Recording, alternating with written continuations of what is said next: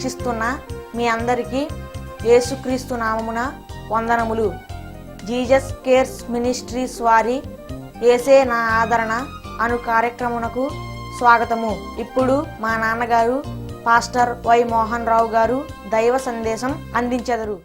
ప్రభునందు ప్రియులారా, దేవుని వాక్యాన్ని వినుచున్న మీకు వందనాలు చెల్లిస్తూ ఉన్నాను. First, I am very thankful to God given this great opportunity to share this word of God with you. ప్రియులారా, దేవుని వాక్యాన్ని చదువుకునే ముందు చిన్న ప్రార్థన చేసుకుందాం. అందరూ తలలు ఉంచి కళ్ళు మూసుకొనవలసిందిగా కోరుచున్నాను. ప్రేమ కలిగిన మా తండ్రి, కృప కలిగిన మా ప్రభువా, పరిశుద్ధుడా, మీ పరిశుద్ధమైన పాదములకు స్తుతులు స్తోత్రములు చెల్లించుకుంటున్నాం. ప్రభువా, ఇంతవరకు మీ సజీవ చాటును మమ్మల్ని అందరిని భద్రపరిచి కాచి కాపాడిన విధానాన్ని బట్టి మీకే కోటాను కోట్ల స్తుతులు స్తోత్రములు చెల్లించుకుంటున్నాం తండ్రి. ఇదిగో నా ప్రభువా, నీ ప్రియబిడ్డలు ఈ టీవీ ముందు కూర్చొని నీ వాక్యాన్ని ఎంతమంది అయితే వినుచున్నారో నా ప్రభువా, వారందరి హృదయాలు తెరవండి నాయన. వారి కోరికలు సిద్ధింప చేయండి నా ప్రభువా. కుటుంబంలో శాంతి సమాధానాలతో నింపండి తండ్రి. ఇదిగో నా ప్రభువా, వ్యాధిగ్రస్తులు ఎవరైనా ఉంటే నా ప్రభువా, ఈ క్షణమే వారిని ముట్టండి. మీ గాయపడిన హస్తముతో బిడ్డలను తాకి స్వస్థపరచండి నాయన. తద్వారా మీరే గొప్ప దేవుడు, శక్తివంతుడు, నీతివంతుడు, జాలి కలిగినటువంటి యేసు ప్రభు అనేటువంటి సత్యాన్ని మీ ప్రియ బిడ్డలు గుర్తిరిగి నా ప్రభువా, మీ యందు నమ్మకమైనటువంటి బిడ్డలుగా మీ యందు భయభక్తులు కలిగేటువంటి జీవితాన్ని ప్రసాదించమని, ఈ చిన్ని ప్రార్థన మీ పరలోక సన్నిధిలో చేరనేమని మా ప్రభువును ప్రియకుమారుడైన యేసునామమున వేడుకుంటున్నాం తండ్రి. ఆమేన్. ప్రభునందు ప్రియులారా, దేవుడు కరుణామయుడు, ప్రేమమయుడు, శక్తివంతుడు, గొప్ప దేవుడు మనకున్నాడనేటువంటి సత్యాన్ని ప్రతి ఒక్కరూ కూడా గుర్తెరగాలి. ఎందుచేతనంటే కడవరి దినాల్లో మనం అందరం ఉన్నాము గనుక ప్రతి ఒక్కరూ తమ తమ అభిప్రాయాలను ప్రభువుకి వ్యతిరేకముగా జీవించేటువంటి జీవితంలో ఎవరైతే ఉన్నారో వారందరూ కూడా దేవుని వైపు తిరిగి ఆయన యొక్క మాటలను విని ఆయన యొక్క నామాన్ని స్మరించుకోవటం ద్వారా ఎంతో మేలు కలుగుతుంది. తద్వారా ఆ మనుషునికి శాంతి సమాధానము కూడా కలుగుతుంది. దేవుని నమ్ముకునేటువంటి బిడ్డలు ఎవరో కూడా చెడిపోలేదు. ఎందుకనంటే ఆయన యొక్క వాక్యము చాలా బలమైనది, పవిత్రమైనది, ప్రశస్తమైనది. ఇటువంటి వాక్యాన్ని, ఇటువంటి బైబిల్ గ్రంథాన్ని చదవకుండా వారి యొక్క జీవితాలని ప్రభువుకి దూరంగా జీవించినట్లయితే వారికి ఏ విధమైనటువంటి ప్రయోజనమో వారి జీవితంలో కలుగదు. కాబట్టి ప్రభువుని నమ్ముకునేటువంటి వారు ధన్యులు అనేటువంటి వాక్యం మనకి బైబిల్ గ్రంథంలో చాలాసార్లు మనం చదువుకునే ఉంటాం. తిమోతికి వ్రాసిన 2వ పత్రిక 2వ అధ్యాయము 1 నుంచి 7వ వచనం వరకు ఈ విధముగా వ్రాయబడి ఉన్నది. 2 Timothy chapter 2 verse 1 to 7. నా కుమారుడా, క్రీస్తు యేసునందున్న కృపచేత బలవంతుడవు కమ్ము. చూసారా, దేవుడు ఇక్కడ మనతో ఏం చెప్తా ఉన్నారో. నా కుమారుడా, దేవుడు మనల్ని రిక్వెస్ట్ చేసి అడుగుతూ ఉన్నారు. యేసుక్రీస్తునందున్న కృపచేత బలవంతుడవు కమ్ము. ఈ లోకంలో నీకు బలాన్ని ఇచ్చేటువంటి వారు ఎవరూ లేరు. ఈ లోకంలో నీకు శక్తినిచ్చేటువంటి వారు ఎవరూ లేరు.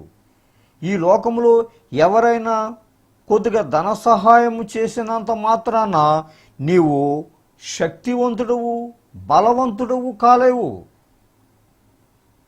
దేవుని యొక్క వాక్యం చెప్తుందంటే యేసుక్రీస్తునందు ఉన్న కృపచేత బలవంతుడువు కమ్ము. దేవునికి స్తోత్రం, హల్లెలూయా. ఎక్కడుంది?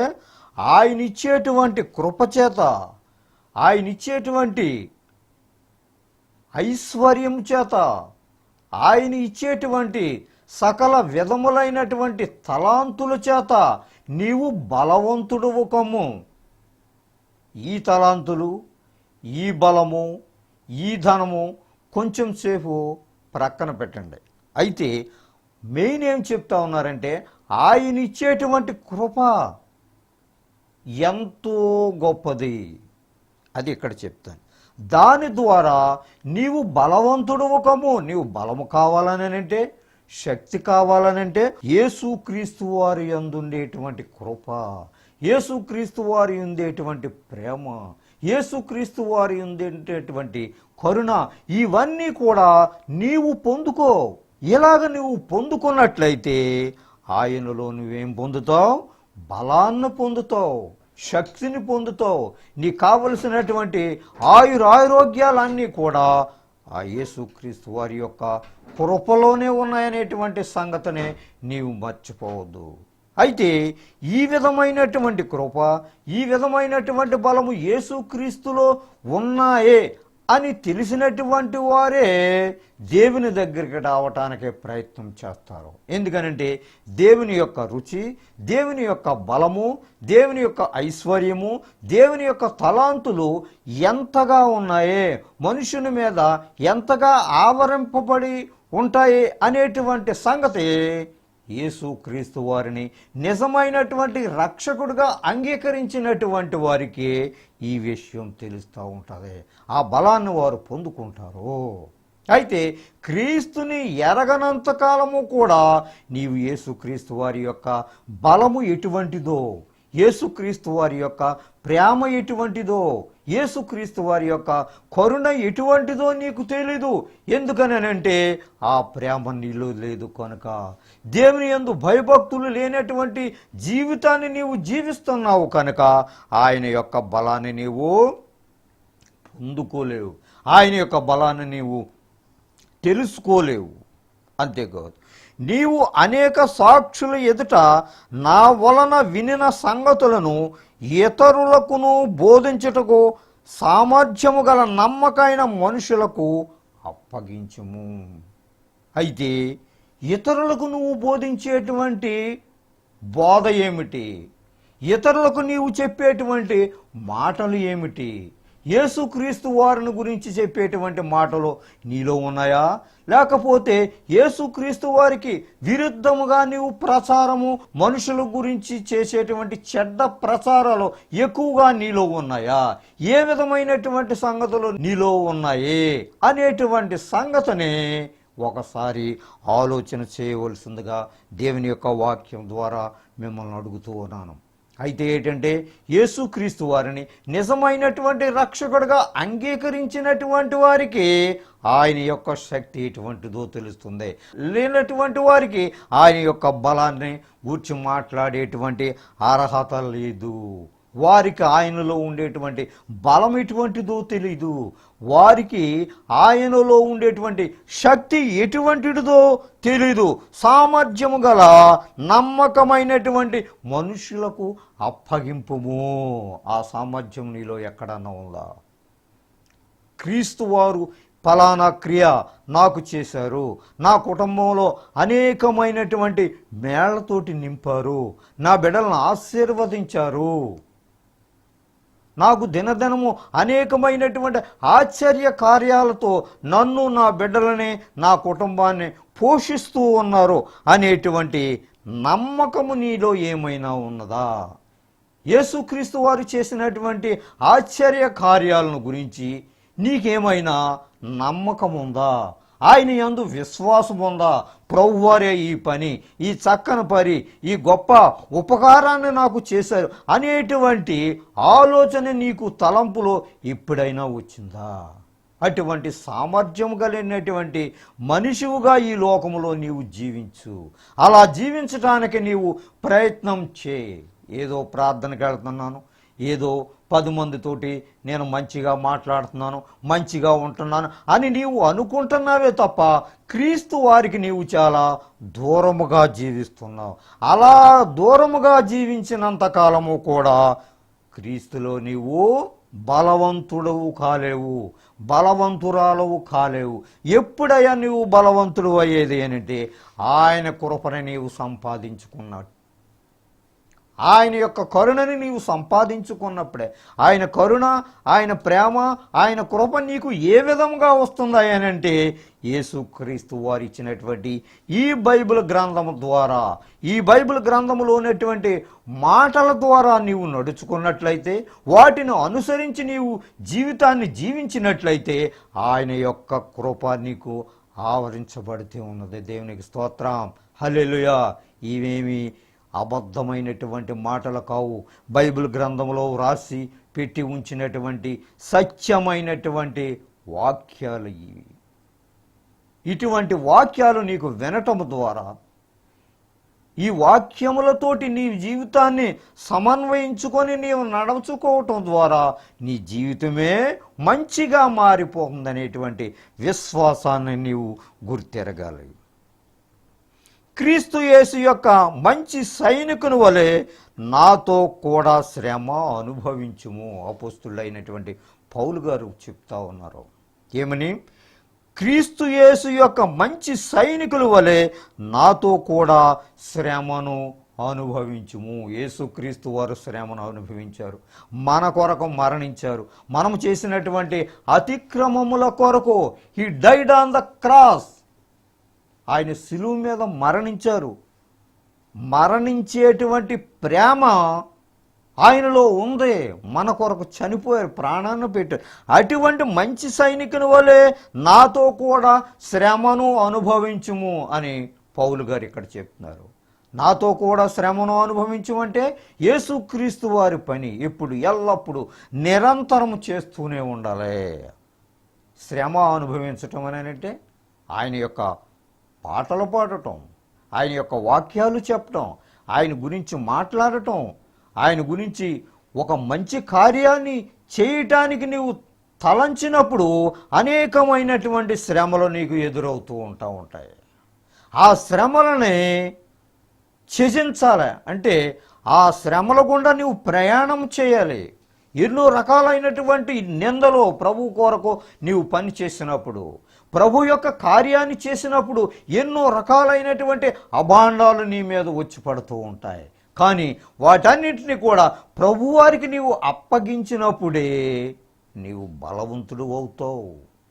ఆయనలో మంచి రివార్డును పొందుతావు. ఆయన ఇచ్చేటువంటి గొప్ప బహుమానాన్ని నువ్వు పొందుకోగలుగుతావు.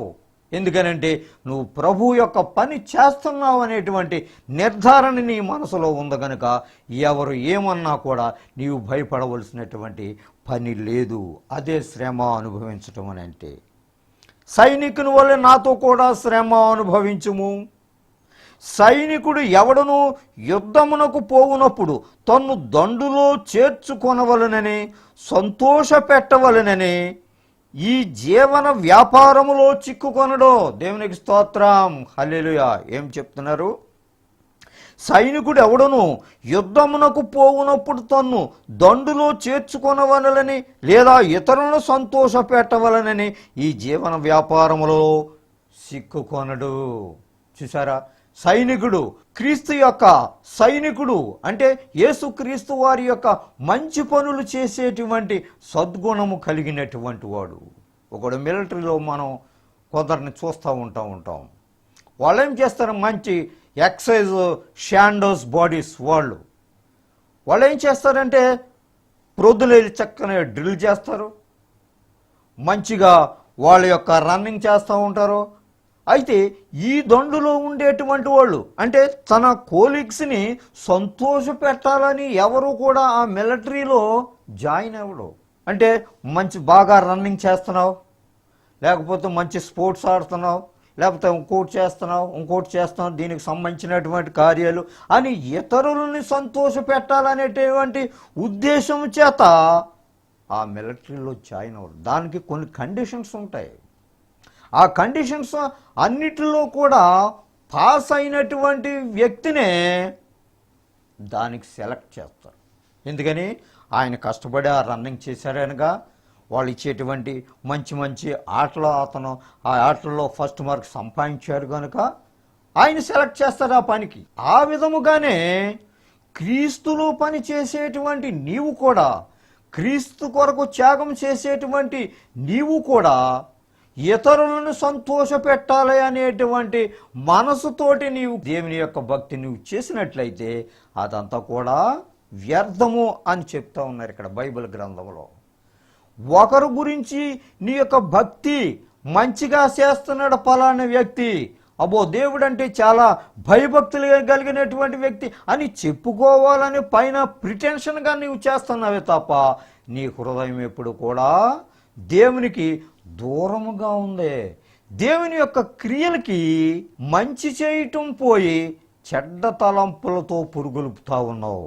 కాబట్టి ఇటువంటప్పుడు దేవుడు ఆ యుద్ధంలో ఆ సైన్యంలో చేర్చుకోవాలనేటువంటి వ్యక్తి ఇతరులను ఎలాగైతే సంతోషపెట్టాలి అనేటువంటి మనసుతోటి ఉంటే అతనికి ఏ విధమైనటువంటి ప్రయోజనం ఉండదో ఆ విధముగానే నీవు నటించటం ద్వారా దేవుని దృష్టిలో నీకు ఏ విధమైనటువంటి ప్రయోజనమో లేదు.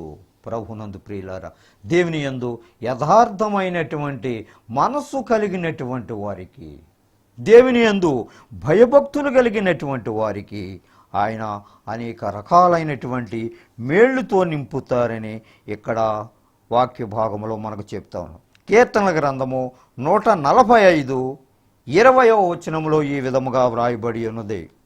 ద బుక్ ఆఫ్ సామ్స్ 145:20 యెహోవా తను ప్రేమించు వారినందరినీ కాపాడును. దేవునికి స్తోత్రం, హల్లెలూయా. ఏమన్నారు? యెహోవా తన్ను ప్రేమించు వారందరినీ కాపాడేటువంటి దేవుడు.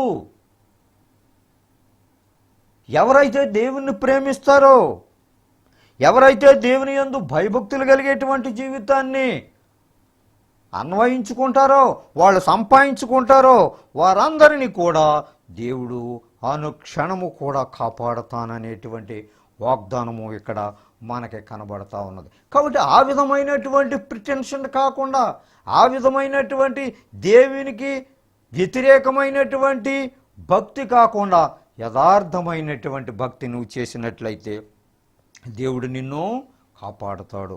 అన్ని శ్రమలలో నుంచి కూడా ఆయన కాపాడుతాడనేటువంటి వాక్యం మనకు చెప్తా ఉన్నది ఇక్కడ. తర్వాత తన్ను దండులో తీర్చుకున్న సంతోషపెట్టవాలని ఈ జీవన వ్యాపారములో చిక్కుకొనడో, ఎవరినో సంతోషపెట్టాలి, ఎవరినో అభినందించాలి, ఎవరో నన్ను అభినందిస్తారో అనేటువంటి ఆ యొక్క మనసుతో ఆ మిలిటరీలో చేరరు ఎవరు కూడా. ఎందుకనంటే అతని యొక్క డ్యూటీ ఎంతవరకు ఆ డ్యూటీని చేయటం, ఆయన ఆ యొక్క రివార్డును సంపాదించుకుంటాం అంతవరకే చూస్తారే తప్ప ఒకళ్ళని గురించి సంతోష పెట్టవాలనేటువంటి మనసుతోటి ఏ విధమైనటువంటిది అక్కడ ఉండదు. జట్టి అయినటువంటి వాడు పోరాడినప్పుడు నియమము ప్రకారము పోరాడుకుంటే వానికి జీవ కిరీటము దొరకదు. జట్టి అయిన వాడు అని అంటే బాక్సింగ్ చేసేటువంటి వారిని మనం చూస్తూ ఉంటాం. వాళ్ళకి కొన్ని నియమాలు ఉంటాయి, కొన్ని రూల్స్ అండ్ రెగ్యులేషన్స్ ఉంటాయి. ఆ రూల్స్ అండ్ రెగ్యులేషన్స్ ప్రకారమే వారు పోరాడితేనే వారికి కావలసినటువంటి రివార్డ్, ఆ బహుమానం వాళ్ళు ఈ లోకంలో పొందుతారు. అలాగే దేవునిలో నీవు కూడా మంచి భయభక్తులు కలిగినటువంటి జీవితాన్ని నీవు జీవించినప్పుడే దేవుడిచ్చేటువంటి ఆ యొక్క జీవ కిరీటాన్ని కూడా నీవు పొందుకోగలుగుతావు. అటువంటి జీవ కిరీటం నీకు కావాలని అంటే, ఇటువంటి బలము దేవునిలో నీకు కావాలని అంటే, ఇటువంటి శక్తి నీవు దేవుని ద్వారా నువ్వు పొందుకోవాలని అంటే దేవుడు ఏం చెప్తా ఉన్నారో, ఆయనలో ఉండేటువంటి కృప ఎటువంటిదో, ఆ కృపని నీ మీద రంపించుకోవడానికి నీవు దేవుని యందు భయభక్తులు కలిగేటువంటి జీవితాన్ని నీవు అలవరుచుకో అని దేవుడు మనకి చెప్తా ఉంటున్నారు. సామ్స్ 103 verse 13, కీర్తనల గ్రంథము 103 అధ్యాయము 13వ వచనములో ఈ విధముగా వ్రాయబడి ఉన్నది. యెహోవా తన భయభక్తులు గలవారి ఎడల జాలిపొడును, తన యందు భయభక్తులు గలవారి మీద ఆయన జాలిపొడును. నువ్వెప్పుడైతే దేవునికి దగ్గరగా జీవిస్తున్నావో, ఎప్పుడైతే నీ హృదయాన్ని దేవునికి అంకితము చేసావో, ఏది ఏమైనా నీవు నాకు కావాల ప్రభువా, నీవు లేనిదే ఈ జీవితము ఈ లోకము వ్యర్థము, ఈ లోకంలో నేను జీవించలేను, you are my mighty lord అనేటువంటి నిర్ధారణ, ఆ డెసిషన్స్కి నీవు ఎప్పుడైతే వచ్చావో దేవుడు ఏం చేస్తాడో ఆటోమేటిక్గా నీ యందు జాలిపడి నీకు కావలసినటువంటి ఈవులను, నీకు కావలసినటువంటి మనశ్శాంతిని, నీకు కావలసినటువంటి కోరికలు ఏమైతే ఉన్నాయో ప్రభువారి ముందు నీవు ప్రార్థించి పెట్టినట్లయితే దేవుడు తప్పనిసరిగా అవి ఫుల్ఫిల్ చేయటానికి, ఆయన పూర్తి చేయటానికి ఆయన సంసిద్ధుడై ఉన్నాడు. అటువంటి కృప దేవుడు మనందరికీ కూడా దయచేయను కాక.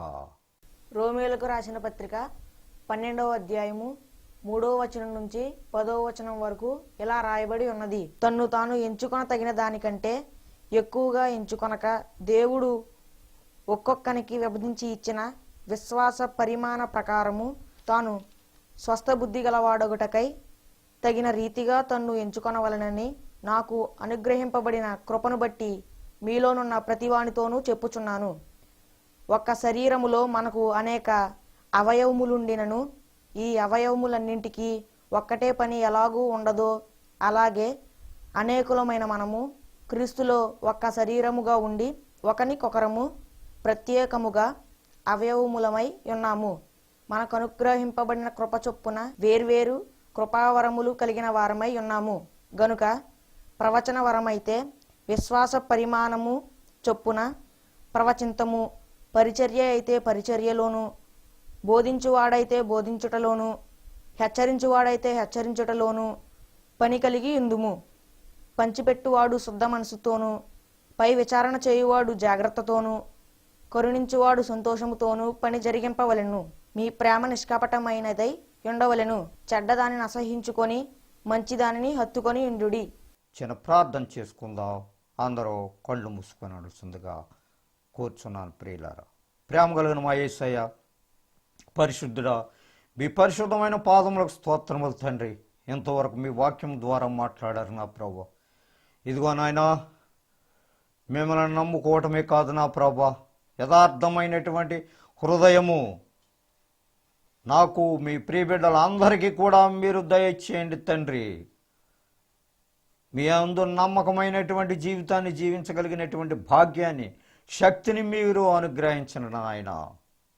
ఏ విధమైనటువంటి సాతాను శోధనలకు, సాతాను యొక్క తలంపులకు గురి కాకుండా ఎల్లప్పుడూ మీ యొక్క పరిశుద్ధాత్మ శక్తి మాలో నివసింప చేయండి. ఇదిగో నా ప్రభా, మీ ప్రియబిడ్డలు ఈ టీవీ మీద కూర్చొని నీ వాక్యాన్ని వినిచుండగా నా ప్రభా, వారి యొక్క హృదయాలు తెరిచి నా తండ్రి వాక్యంతో మీరు మాట్లాడండి నా ప్రభా. ఇదిగో నా తండ్రి, అనేక రకాలైనటువంటి వ్యాధి బాధలతో నా ప్రభా బాధపడుతున్నటువంటి నీ బిడ్డలను ఒకసారి మీ గాయపడినటువంటి హస్తముతో ముట్టి స్వస్థపరచండి. వారి గాయాలు కట్టండి నాయన.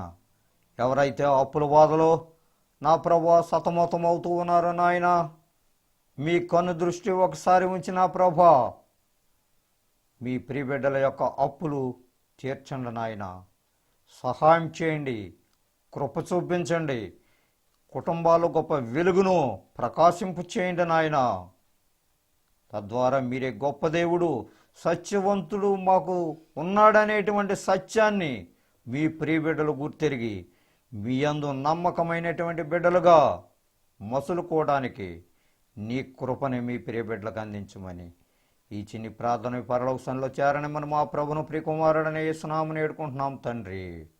మన తండ్రి అయిన దేవుని ప్రేమ, కుమారుడైన యేసుక్రీస్తు వారి యొక్క కృప, పరిశుద్ధాత్మ యొక్క అన్యోన్య సహవాసము మనకును ఆయన నమ్మిన బిడ్డలకును, ముఖ్యంగా ఈ టీవీ ముందు కూర్చొని వినిచున్న మీ ప్రియ బిడ్డలపై మీ మెండైన దీవెనలతో నింపుముగాక. Amen, amen, amen. God bless you all. మీ అందరికీ నా వందనాలు. దైవ సందేశం విని దీవెనలను పొందారని నమ్ముచున్నాము. సలహాలకు, సందేహాలకు, ప్రార్థనల కొరకు మమ్ములను తప్పక సంప్రదించండి. మా చిరునామా పాస్టర్ వై మోహన్ రావు గారు, Jesus Cares Ministries, Dommeru post 534351, Kovvur మండలం, west Godavari district, Andhra Pradesh, S India. మా phone number 9652128511. Our email address mohany7@yahoo.com. మా చిరునామా పాస్టర్ వై మోహన్ రావు గారు, Jesus Cares Ministries, Dommeru post 534351, Kovvur మండలం, పశ్చిమ గోదావరి జిల్లా, ఆంధ్రప్రదేశ్, ఎస్ ఇండియా. మా ఫోన్ నంబర్ 9652128511.